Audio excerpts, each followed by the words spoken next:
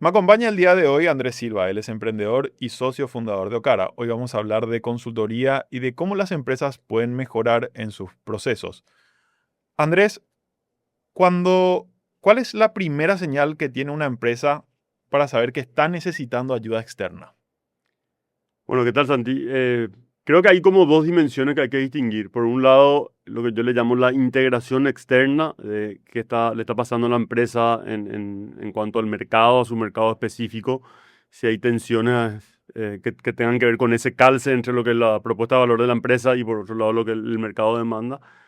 O por otro lado, las tensiones internas, que pueden tener que ver con conflictos, con temas de necesidades de gobernanza, de profesionalización, pero muchas veces el dolor inicial no necesariamente es lo que después hay que hacer. Así que mucho de lo que nosotros hacemos de Docara tiene que ver con ir descubriendo sobre la marcha cuáles son las necesidades reales. A veces son simultáneas, ¿verdad? Temas externos y temas internos, lo cual requiere un abordaje un poco más complejo. ¿Cómo una empresa sabe si tiene que contratar una consultoría o tiene que contratar un nuevo ejecutivo? ¿Cómo sabe la diferencia entre una pregunta y otra? A ver, generalmente la ayuda externa es una necesidad de cualquier organización que quiera madurar, ¿verdad? A veces hacer polinización cruzada, yo le llamo, o buscar capacidades técnicas, profesionales que puedan complementar los recursos que tiene la empresa, en una necesidad de la mayoría de las organizaciones, sobre todo en un mercado que se está complejizando. El mercado paraguayo se volvió más exigente, hoy ya no se puede esconder la ineficiencia detrás de grandes márgenes, hay mucha más competencia y empresas que lideraron durante mucho tiempo empezaron a sentir algún tipo de fricción, algún tipo de dolor. Bueno, y a partir de ahí van recurriendo a servicios de diferentes tipos para poder complementarse, ¿verdad? El desafío de aquellos que venimos desde afuera, como ejecutivos o como consultores a complementar, es poder entender de que finalmente ellos son los especialistas en su rubro y que nosotros podemos ir complementando en especialidades específicas de finanzas, temas de recursos humanos, transformación cultural, diseño estructural, entre otras cosas. ¿No sentís que hay empresas que están sobrediagnosticadas? Puede ser, sí, justamente esa es una de las razones por las cuales nosotros en Okara nos desprendimos un poco de la consultoría tradicional y decidimos desarrollar este modelo que se llama Ejecutivos as a Service, que son ejecutivos que tienen mucha experiencia en el campo local, incluso también en el campo internacional, trabajando con empresas locales e internacionales, que a través de Okara se insertan durante un periodo determinado a las empresas para instalar capacidades ejecutivas. Esto justamente nos lleva a salir de la receta del PowerPoint y ir a la acción y asumir responsabilidad también sobre los resultados. Entonces, desde Okara acompañamos a muchas empresas que están creciendo, que están madurando y necesitan profesionalizarse, conectándolas con estos ejecutivos. Tal vez estas empresas no quieren o no pueden pagar salarios de ejecutivos de ese nivel de experiencia y bueno, nosotros entramos ahí a complementar esas capacidades y a sentirnos parte de estos equipos, ¿verdad? ¿Cuánto tiempo trabaja Okara con una empresa para lograr los objetivos planteados? ¿Cuánto tiempo suele durar ese proceso? Depende mucho de cada caso. Nosotros hacemos algo que se llama traje a medida. Nosotros no tenemos fórmulas estandarizadas porque cada empresa es única, si bien hay temas como cualquier organismo, digamos, ¿verdad? Comunes entre todas las empresas. Nuestro desafío pasa por entender las necesidades particulares y articular respuestas específicas para esas empresas. Así que hay clientes con los que llevamos 10, 8 años trabajando, y algunos con los que estamos trabajando por periodos específicos, pueden ser 6 meses, 3 meses, un año, dependiendo mucho de cada caso. También lo que nosotros hacemos es un abordaje integral, ¿verdad? No podemos ver un fenómeno complejo como el de una empresa desde una sola perspectiva. Entonces, un poco nuestra tarea es unir a profesionales de una forma coherente de disciplinas muy diferentes, tratando de hacer intervenciones coherentes, ¿verdad? A veces podemos estar trabajando con ratios financieros y a la tarde podemos estar haciendo una intervención con psicólogos familiares especializados en empresas familiares, ¿verdad? Entonces, esa es la riqueza que ofrece Okara en su abordaje, de tener personas de tecnología, personas de finanzas, personas de recursos humanos, de administración, auditoría, entre muchos otros servicios. ¿Cómo estamos en términos de gobernanza familiar en nuestro país? Bueno, otro de los grandes desafíos, las empresas familiares tienen sus particularidades. Nosotros trabajamos con muchas empresas familiares, aunque no solo con empresas familiares, pero sí, como la mayoría son empresas familiares, entonces nosotros intervenimos tratando de ordenar, digamos, los sistemas, el sistema familiar, el sistema empresarial, marcar un poco mejor la cancha y sobre todo en los procesos de sucesión o cuando ya hay más de una generación interviniendo en la empresa, cuidar ese desafío, digamos, de que el negocio siga creciendo sin que la familia se vea afectada y que la familia siga bien sin que la empresa se vea afectada. Es un arte, es también una ciencia y pasa por interpretar las particularidades de cada una de estas familias, pero sobre todo lo que veo hoy, Santi, es la necesidad de la profesionalización de entender que uno no puede ser juez y parte al mismo tiempo. Entonces, uno de los grandes problemas de las empresas familiares se da cuando uno está de los dos lados del mostrador. Uno está de repente en el directorio y a la vez está a cargo de generar los resultados.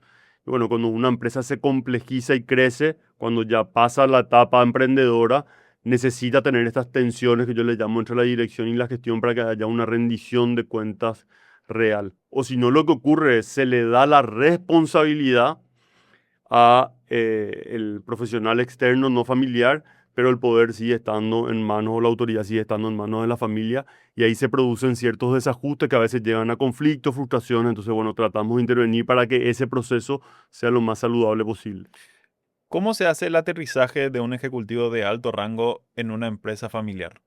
Bueno, como vemos tantas empresas a la vez y fuimos nosotros también madurando y aprendiendo nuestro modelo, primero entrar con mucho respeto y más que entrar a dar recetas, entrar a escuchar, a entender cada sistema particular y partimos siempre por entender los números, ¿sí?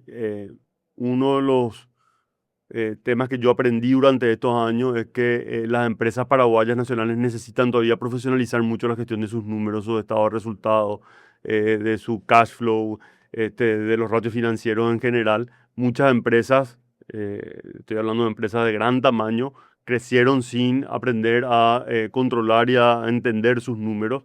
Así que parte de lo que hacemos es entrar a entender la cultura familiar, pero también entrar a entender los números porque finalmente el dato mata al relato, como decimos, en el sentido de que ahí está la verdad expuesta, ¿verdad? Entonces, a partir de eso vamos generando un itinerario de aprendizaje con la familia y sobre todo un itinerario de ejecución, ¿verdad? Nos ponemos objetivos, vamos acompañando reuniones de directorio, a veces metemos también gerentes generales de parte de Ocara, que durante un tiempo se ponen como copilotos de la familia para que aprendan a convivir, digamos, con una figura externa no familiar, ¿verdad? Hay muchas familias que todavía se sostienen en la creencia de que solamente un familiar puede gestionar exitosamente una empresa. Y bueno, es cuestión de ver nomás cómo evolucionan las grandes empresas en el mundo, de que eso es una falacia, ¿verdad? Con esto no significa que hay que sacarle a la familia de la empresa. Nosotros no estamos de acuerdo con eso, lo que significa que la familia debe aprender a ejercer desde otros roles la dirección, el control y sobre todo el crecimiento estratégico de las empresas. Yo veo mucho hoy por cómo se dio la dinámica económica de nuestro país.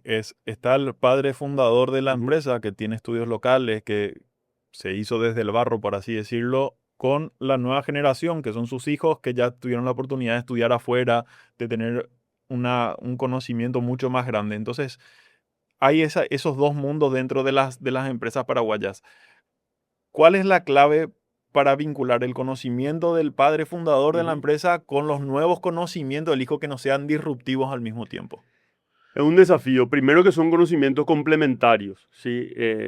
Uno a veces se pregunta, bueno, ¿cómo estos emprendedores sin saber a veces leer o manejar el flujo de caja o entender los ratios financieros, cómo lograron llegar a donde llegaron? Y justamente porque no miraban eso, se arriesgaban, emprendían con mucha pasión y lograban construir grandes imperios, ¿verdad? Lo que pasa es que llega un punto en donde esa figura, el hombre orquesta, empieza a tambalear porque no se puede gestionar la complejidad de una organización con la lógica del cuerpo a cuerpo. Ese emprendedor tiene que empezar a construir como arquitecto, ¿verdad? El sistema organizacional, sistemas de información, sistemas de control, procesos, políticas, sistemas de dirección, estrategia, gobernanza. etcétera, y muchas veces no están preparados para eso. Así que es un desafío psicológico, es un desafío biológico. Emprender estimula mucho la dopamina, genera una suerte de adicción también con esa adrenalina del día a día, de ser el héroe, el que resuelve el problema. Entonces aparece esa nueva generación que se formó afuera, viene con la teoría y eso puede generar mucha tensión e incluso conflictos si no se gestiona de una manera inteligente. Entonces, desde Ocara ejercemos un rol, le llamamos integrador, porque si nosotros solamente nos basamos en la eficiencia, en ordenar, la empresa se puede burocratizar y puede perder esa energía emprendedora que es la que le mantiene renovando su propuesta de valor para estar vigente en el mercado. Entonces, ¿cómo hacemos que convivan las fuerzas emprendedora, creativa, desordenada, con la fuerza ordenadora basada en eficiencia, con la fuerza productora, que es la que trae resultados? Bueno, parte de eso es justamente articular esto de la inteligencia colectiva y en concreto esto se resuelve a través de conversaciones de calidad, donde nosotros entramos a mediar, a facilitar esas conversaciones en un directorio. Nosotros llevamos decenas de directorios en empresas de distinto tamaño en nuestro país y tenemos metodologías que han demostrado que esas diferencias pueden armonizarse en una mesa, pero lo que requiere una empresa compleja, una empresa que creció, es justamente tener perfiles diferentes para responder a esa complejidad. ¿Ven en el mercado empresas que creen que se están profesionalizando, pero en realidad se están volviendo más burocráticas? Sí, claro. Vemos empresas, yo les llamo las empresas, sí, que se burocratizan de forma temprana o muchas que viven de las joyas del abuelo, de la abuela, ¿verdad? En el sentido de que viven de gloria del pasado y perdieron ese espíritu de liderazgo, emprendedor. Muchas veces buscan no mover el avispero, digamos, están en la zona de confort. Y bueno, son empresas que a veces pierden esa magia que le caracterizaba al fundador y se quedan con todo el respeto, digamos, con burócratas a cargo que dejan de aportar valor a los clientes, también al público interno. Esas empresas, trabajamos con varias de ellas, requieren reconectarse con la fuerza emprendedora y generalmente un cambio en la dirección, ¿verdad? Requieren renovar el espíritu también de la propia directiva de la empresa. Por eso digo, cada empresa es un mundo diferente, pero sí hemos aprendido también durante estos años, Santiago, que así como un ser humano transita por diferentes etapas del ciclo de su propia vida, y en esas etapas se van manifestando problemas específicos, también pasa con las empresas. Es decir, todas las empresas que están en la etapa del nacimiento tienen algunos problemas similares. Todas las empresas que están en la etapa de la adolescencia, que es cuando empiezan a profesionalizarse y hay una tensión entre la fuerza emprendedora y la fuerza profesionalizada, tienen problemas similares. Lo importante es aprender a distinguir cuáles son problemas normales para esa etapa o cuáles son problemas anormales. O sea, yo tengo un hijo adolescente y de repente me pone cara larga. ¿Es un problema normal o anormal? Normal. Es normal. Yo no debería preocuparme. Debería preocuparme si mi hijo adolescente me roba el auto y se va y tiene un accidente. Es un problema normal. Entonces, de acuerdo a la etapa del ciclo de vida, nosotros distinguimos si los problemas que tiene una empresa son problemas esperables, que necesitamos transitar porque hay vida, o si son problemas preocupantes donde se requiere una intervención un poco más profunda. ¿Cuál es la clave para una empresa que hoy tiene una estructura de 100 funcionarios poder llegar a tener una estructura de 1000 funcionarios? ¿Cómo se hace? Bueno, creo que es un camino desafiante, complejo. Muchas veces hay empresas que crecen más rápido de lo debido. Hay que ir, yo le digo, creciendo escalón por escalón, ¿verdad? De repente estos grandes tirones que uno vive también en la adolescencia, de repente uno empieza a tener dolores de hueso, etcétera. Eso también se vive en las organizaciones y hay que buscar etapas en donde uno tiene que invertir y estabilizar los sistemas de su organización. El crecimiento no es siempre así porque uno termina después fallando. Entonces hay que tener esa sabiduría de que correr más rápido no necesariamente nos lleva más lejos y una empresa que quiere crecer de forma agresiva necesita también invertir en sus sistemas. Algo que me suele preocupar, Santiago, en nuestra cultura empresarial es el cortoplacismo.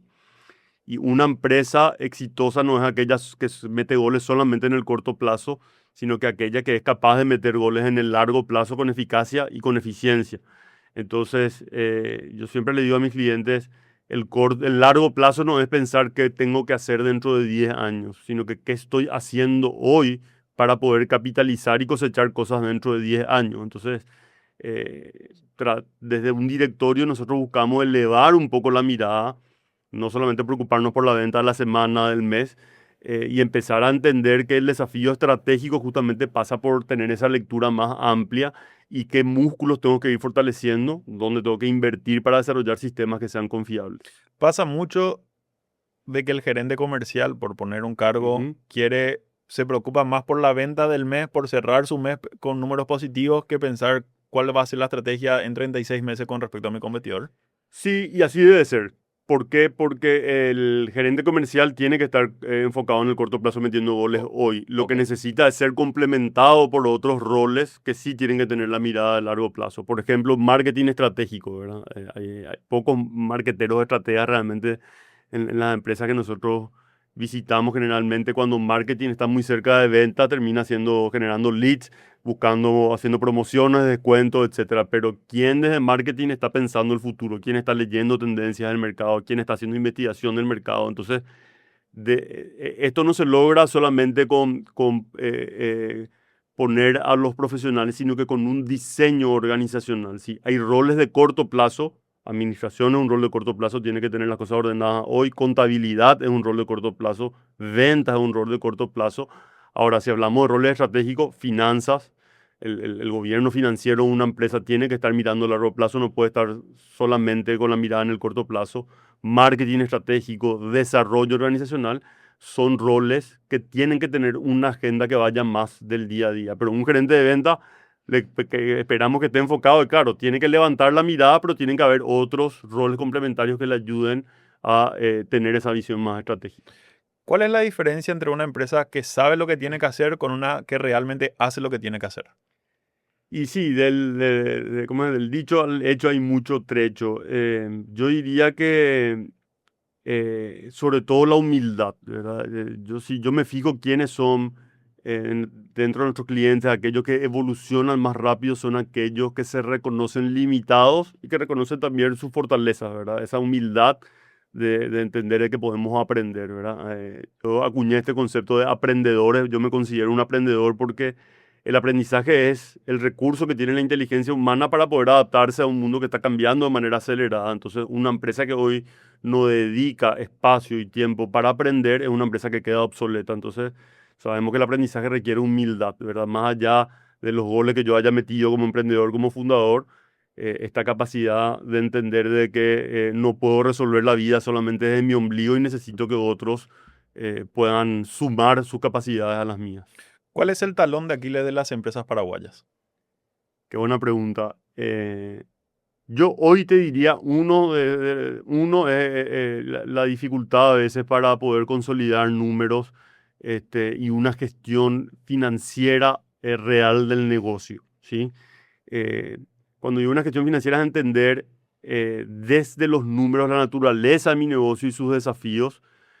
Yo suelo decir que acá se le mal llaman los gerentes administrativos a gerentes administrativos financieros. Un gerente administrativo que está en el día a día nomás, que es importante, digamos, ¿verdad? Haciendo el trabajo operativo, pero que no logra ser un buen copiloto de un gerente general o de un directorio, trayendo información en tiempo y en forma para tomar decisiones estratégicas en el corto y en el largo plazo, finalmente no ejerce esa dimensión financiera. Entonces yo diría, veo dos temas en el talón de Aquiles. Por un lado, esto que te decía, la dificultad para ver números. Muchas empresas que todavía no tienen consolidados sus números gestionan por intuición. Eso es bueno en las primeras etapas, malo en otras etapas.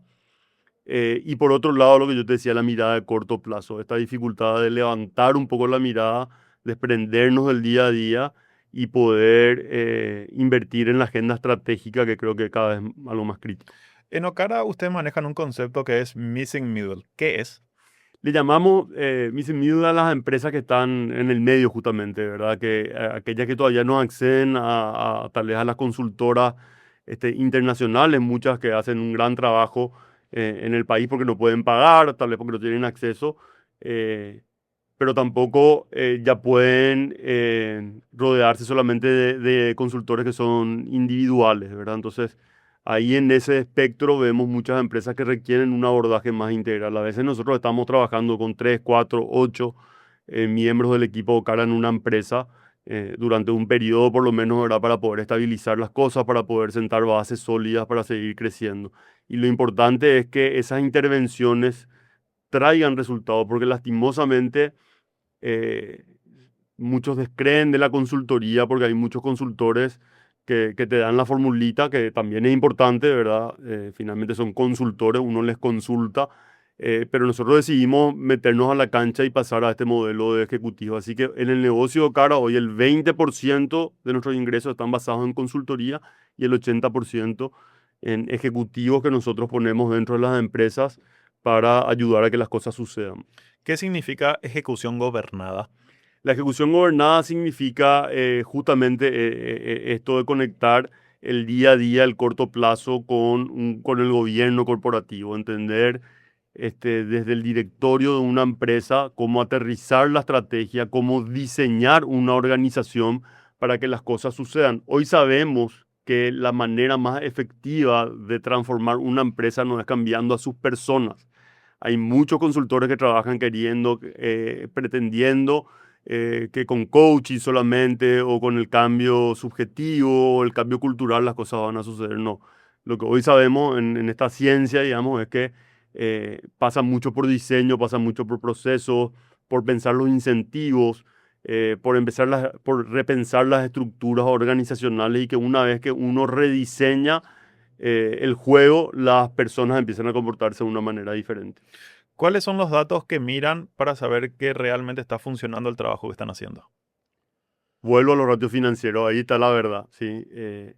Si bien no hay que caer en una mirada reduccionista, economicista, siempre conectamos nuestro trabajo con los resultados y el impacto en el negocio, pero muchas otras veces una familia que puede estar mejor, que puede resolver sus conflictos, que puede madurar en sus niveles de conversación. Finalmente, una organización es un constructo cultural y todo lo que pasa, Santiago, o deja de pasar en una organización pasa por sus conversaciones.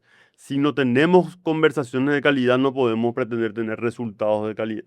Entonces, una familia empresaria que madura, una familia que aprende a conversar, no a dejar pasar las cosas nomás, no a callarse o no gritarse, ¿verdad? Que aprende a conversar de manera madura. Yo siempre le digo a los sucesores, tenemos que sentarnos desde el adulto a conversar en un directorio. Yo no le puedo traer a mi niño interior a una reunión de directorio porque las cosas van a fallar. Todo bien con los niños, pero no dentro de un directorio de una empresa. Entonces vemos muchas veces como adultos biológicos, en términos biológicos, de 40, 50 o 35 años, a veces se comporta como niños justamente por la falta de madurez psicológica, eh, que es también uno de los grandes temas de las empresas familiares, ¿verdad? Hay un libro que recomiendo que se llama Mitos Inmortales, de Andrew Tate, es el apellido, que es un estudio muy interesante sobre la psicología en la relación entre los fundadores y los sucesores, ¿verdad? Y se sabe también hoy que los sucesores exitosos no son aquellos que se parecen a los fundadores, sino que son aquellos que encontraron una voz propia acorde al tiempo que está viviendo la organización y que el resto de las personas empiezan a creerle cuando empieza a encontrar esa voz propia. Pero ese también es un proceso de madurez psicológica, no es un proceso de formación técnica nomás.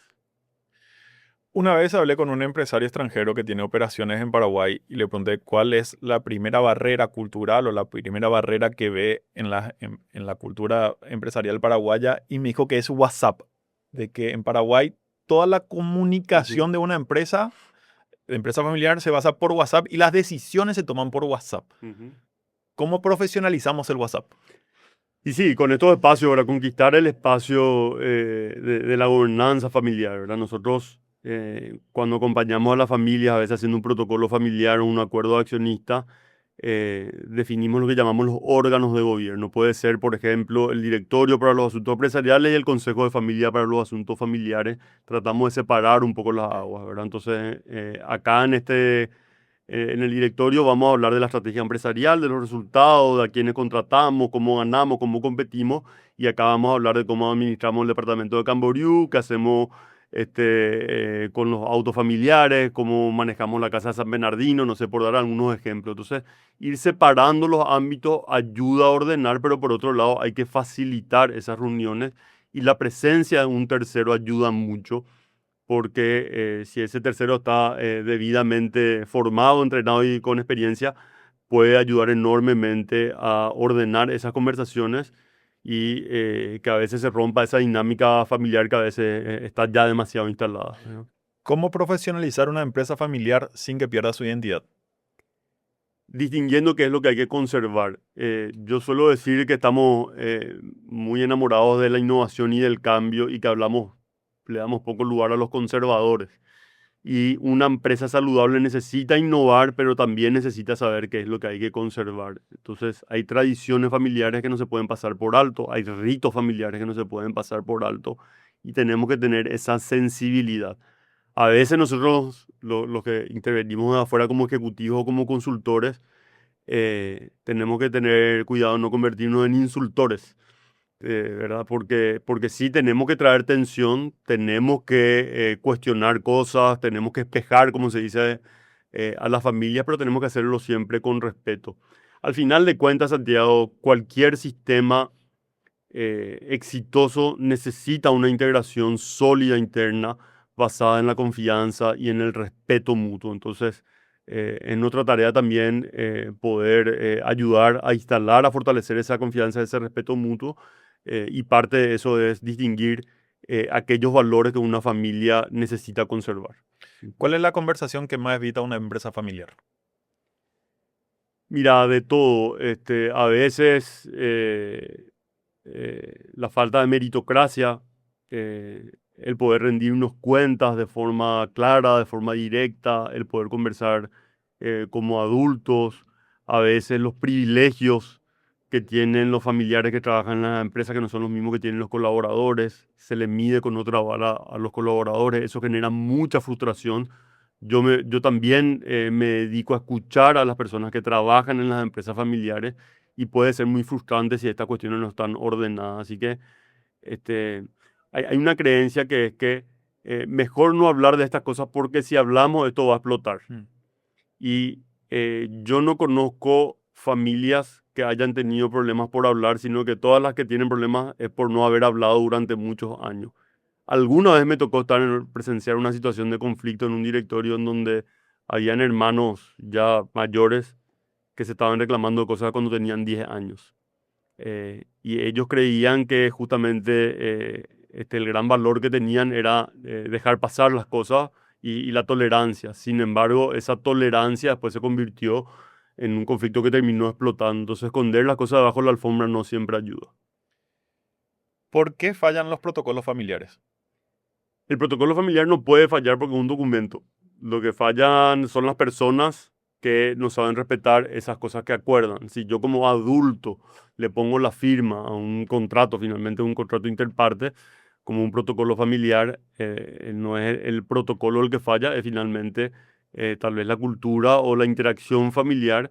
Lo que hace el protocolo es establecer la cancha, ¿verdad? Como toda norma. ¿Por qué fallan las leyes de tránsito? No fallan las leyes de tránsito, fallan las personas que no respetan las leyes de tránsito. Entonces, también hay muchas creencias en relación no, si hacemos el protocolo. Yo vi familias que hicieron el protocolo familiar y por eso fallaron. No, el protocolo familiar no te garantiza nada. Es una herramienta y como toda herramienta puede ser bien o mal utilizada. Depende finalmente de quienes utilizan esa herramienta. Desde mi punto de vista, el protocolo familiar en ciertas instancias ayuda a marcar la cancha, porque hoy sabemos que no se puede jugar ningún partido de ninguna disciplina, ningún deporte sin tener un árbitro y sin tener una cancha marcada. Y sobre todo te lleva a resolver ciertos conflictos en un ámbito de mediación, de arbitraje en última instancia, y no llevar los problemas al ámbito judicial. ¿Qué tiene que soltar el fundador de una empresa para que su empresa pueda evolucionar? Muchas cosas, y esa es una tarea titánica a veces. He visto fundadores morir en su ley, como se dice, ¿verdad? Uno una vez me dijo, su empresa lleva su nombre, me dijo, yo voy a morir con mi empresa y así fue. Y bueno, está en su derecho, uno diría, ¿verdad? Pero cuando hay una familia detrás, cuando hay colaboradores, hay una gran responsabilidad. Y parte del trabajo, justamente mi último libro que ahora terminando, habla de esto, se llama Más allá de los imprescindibles. Es un trabajo de identidad también, ¿verdad? Yo veo que los fundadores que construyen toda su identidad en relación a su rol y no desarrollaron otras identidades sobre las cuales cabalgar la vida, tienen una dificultad muy grande porque creen que si dejan ese rol se están muriendo. Entonces, no se trata, como yo decía, de un trabajo técnico nomás, sino que de un trabajo profundo, de evolución de la conciencia, de trabajar con las propias sombras de uno y de poder madurar para entender de que finalmente ese hombre orquesta tiene un límite y que tal vez el desafío ahora es desarrollar un sistema que le pueda trascender. No todos pueden hacerlo, pero muchos lo hicieron y son las empresas que siguen creciendo y se siguen multiplicando. ¿Cuál es el error más común que comete la nueva generación cuando toma el poder o toma el mando dentro de una empresa? Yo creo que son varios. A veces pretender replicar la cultura del fundador, ¿verdad? Querer parecerle al fundador. No, como decíamos, la empresa puede estar en otro momento y necesita una voz diferente.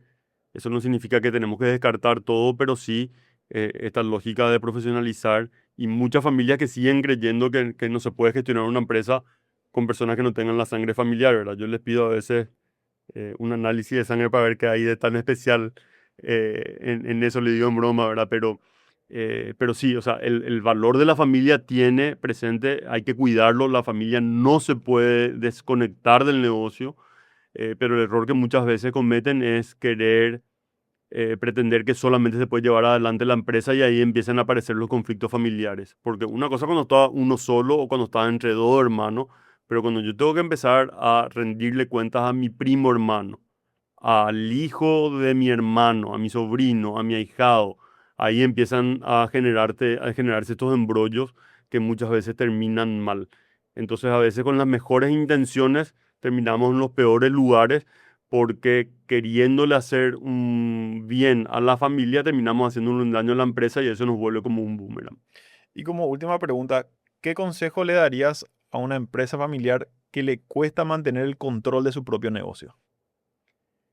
Hay que entender las razones primero. Más que consejo, reflexionaría con ellos a ver qué es lo que está pasando de fondo. Pero sí, lo que a mí no me queda duda, yo le llamo son 6 ejes lo de la profesionalización, ¿sí? Tener una gobernanza clara, ¿sí? Cómo tomamos decisiones, quiénes toman decisiones, cómo administramos nuestros desacuerdos y acuerdos. Lo segundo es tener una estrategia clara, tener una dirección clara, es decir, cuál es el horizonte común que nos convoca. Lo tercero es separar la dirección de la gestión para poder generar rendición de cuentas real, ¿sí? No es lo mismo dirigir que gestionar. Después el cuarto punto es tener sistemas de información consolidados, cómo yo puedo leer lo que está pasando en el negocio con los KPI, con los ratios financieros. Los sistemas de control uno no puede delegar sin controlar, hay que tener auditorías consolidadas, no solamente auditorías contables o post-mortem, sino que auditorías de gestión. Y finalmente, cómo desarrollamos procesos, políticas y sistemas que logren estabilizar a la organización. Hay que trabajar en esos 6 ejes. Lastimosamente es una tarea compleja, como toda organización no hay una fórmula mágica, no hay un paso uno, paso dos, paso tres. Lo importante es subirse a la bicicleta y empezar a andar. Gracias, Andrés, por tu Por tiempo. favor, a vos, Santiago.